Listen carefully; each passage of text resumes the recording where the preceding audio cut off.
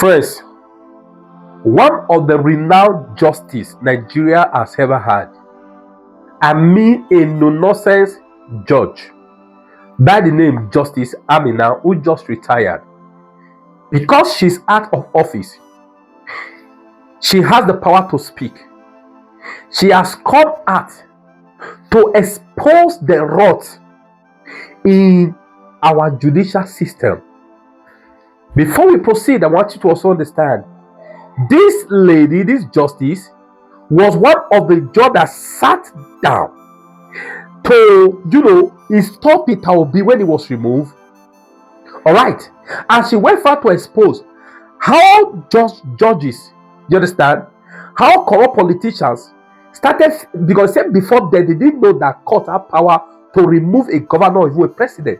He said after that, politicians started fixing their own persons in different places as Supreme Court, Appeal Court, and the rest. Alright. Now, it has also been exposed. Justice Aruwala, the Justice Aruwala, that the head of justice, I've forgotten the right name now, who sold our mandate to Tinubu, which Tinubu has confirmed himself. All right, now is on paper, is everywhere. Now he's retired, thinking about a more time. It has also been exposed how this guy has fixed his brothers, his sisters, son-in-laws, daughter-in-law in sensitive positions. As a matter of fact, he has made his own brother the head of NJC, National Judicial Council. Please, this video is a video that if you are not an enemy of Nigeria, if you are being touched by the predicament currently on ground in Nigeria, if you are being affected, your family are being affected, you will not need anyone to beg you to share this video, to like it, so that Facebook and YouTube can recommend it. Please and please watch this video to the end. I beg you in the name of Jesus. Watch this video to the end. It is worth it. Don't just only watch to the end. Please share it. Let all Nigeria hear it. Because with what this woman has exposed in this video, to me, Nigeria don't bafuka. Let's watch. Thank you. In all those other divisions, because when Nigerians are very, very good at assessing their bosses. They have, if you're going to walk this way, you want to do it. If you want to go straight, they will go straight with you as long as they know that you're straight. If you want to go once they see that you want to go like that, they will even go, you may do it 1 yard, they will do 10 miles, depending on you. But once they want to do, when they know you have to do it, they would. So my reputation would precede me, I would say. So everybody will behave themselves once I'm there, because by the first people I deal with are those in my office. You mess up, I deal with you. That's when they realize, if she can touch her personal stuff, okay, everybody. Then I got to Lagos. After a few months of trying to put the place together, they sent me a message that they should tell me that if I think that I can come and touch them here, I'm joking. They will show me that anyway, they sent me a message threatening me about 9 months after I got there. And I keep telling the story of how I looked at myself that year, first day of Ramadan of 2013. And I'm like, they're threatening me. And it was like, what do I do? When you're so used to people obeying and doing them, and then somebody decides to take you on. I mean, you could imagine how I was thrown in my chambers. What do I do? Fortunately, the presiding at the PCA, Honorable Justice Bokachua, was in town, and she left a message that I was the only one who could see her. So I went to see her and directed the whole, I was having with her. And the threat they had given me, I called the people, I took the registrar, DCR, who told her exactly what was happening. And my bottom line is that after I spoke to her and all that, I went back to my chambers. One thing they don't tell you about civil service is, as long as it's not in writing, nobody's going to do anything about anything. And we don't report. Nobody wants to be the one to bail the cat, to actually put things in writing, to complain against this, that, or the other. I went back to my chambers. I asked for all the staff, my staff, and how, I mean, you like, who and who in what department, how long have you been there? The registry, where they sent me this message, well, now I discovered that about 20-something of them had been in the registry for 36 years. Do you know what? Registry for 36 years. They're changing jeeps, they are changing everything. Because when we're talking of the judiciary, everybody looks at the judges. They look at the judicial officers. They forget the staff that runs the whole place. That the lawyers have to file papers, that the papers have to come to everything has to be done before we come to sit in court. So they blame the court, they blame the judges, they blame everybody without looking at the staff that have to run the place to put things together before those files are put there.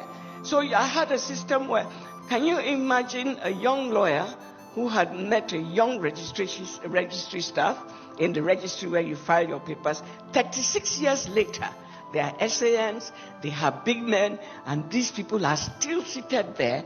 So when they want a case to go on, they will know how to do it. If you don't want a case to go on, they will just hide the file, or the papers are not there. Now we are overworked. I go into court, you have a cost list of about how many cases to do. When they tell you, what about, my lord, I have an application, where is it? It's not in the file. Why is it not in the file? Bailiffs has not served, or if they have served, we can't find it. What do? We're overworked. It's a case of take an adjournment. An adjournment can take you another 2 years. And what has happened? One of your lawyer on the other side has bribed the staff there to remove the process so that you will get that matter done. Anyway, to cut a long story short, I now attached all of it and wrote SOS that my registry had collapsed.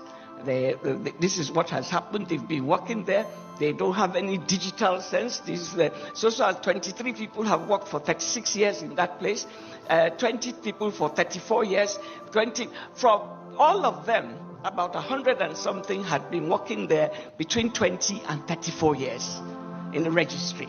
So I sent out this, I wrote this thing, attached everything, and wrote, the PCA acted on it, and before you knew it, 60 of them had been, from Lagos to Yola, to Ilorin, to Gombe, to wherever. They were now thrown out. So I later saw the head of admin and asked him, how did you know the 16 people that you removed? He said, we've always known them. We've always known the ringleaders, but they had godfathers. You couldn't have reported it. But since you had now put it in writing like that, they had something to act on. They had something to act on, and we know them, so they now threw them all out. Now, these 16, all their godfathers, and guess what happened? Somebody talked today about women. I was presiding Justice Lagos. Justice Bolkacho, a woman, was the president of the Court of Appeal. Justice Aloma Mukhtar was the CJN. Their godfathers were now rendered, what's the word? Oh. And it's like, who was going to come and they moved? You know what they call moved? And all of them, their godfathers, so-called godfathers, Justice Augie, me, to go and meet her. So that is how, what they call Magana Yakari, that's the end of it. Before you know it, everybody had fallen in line. How did you know the 16? They knew them.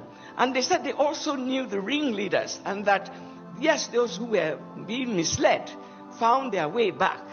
And a year later, come and see all these people. When my son had me, I see all of them in my house, bus load that came for naming ceremony, and I said, I remember telling a friend, a year ago, these people wanted to kill me. He said, what do you mean they wanted to kill you? You're the one who came here to destabilize all their business and everything. And then after some time, when they discovered that, well, if they can't kill you, they might as well join you to do things. So we are a wonderful people. Any of you who has ever had to work with staff that are that are hardworking, they know what to do and everything, it all comes from leadership.